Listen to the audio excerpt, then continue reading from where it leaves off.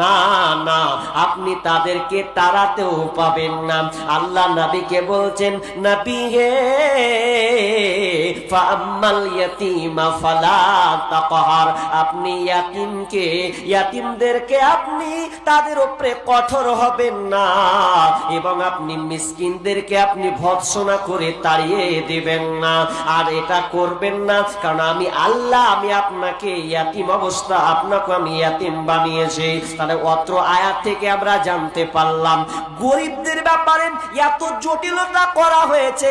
গরিবকে আপনি তাচ্ছিল্য করতে পাবেন না, আপনি যতই আপনি এমপি মন্ত্রী এমএলএ হোক না কেন, গরিবের যেটা হক আছে, অধিকার আছে, ওটা আপনাকে দিতে হবে। যদি আপনি তার অধিকারটা না দেন, যদি আপনি তাদেরকে ভৎসনা করে দেন, যদি আপনি তাদেরকে মাহরুম করে দেন, তাহলে সেই দিন হয়তো আপনি জাহান্নামে থাকবেন।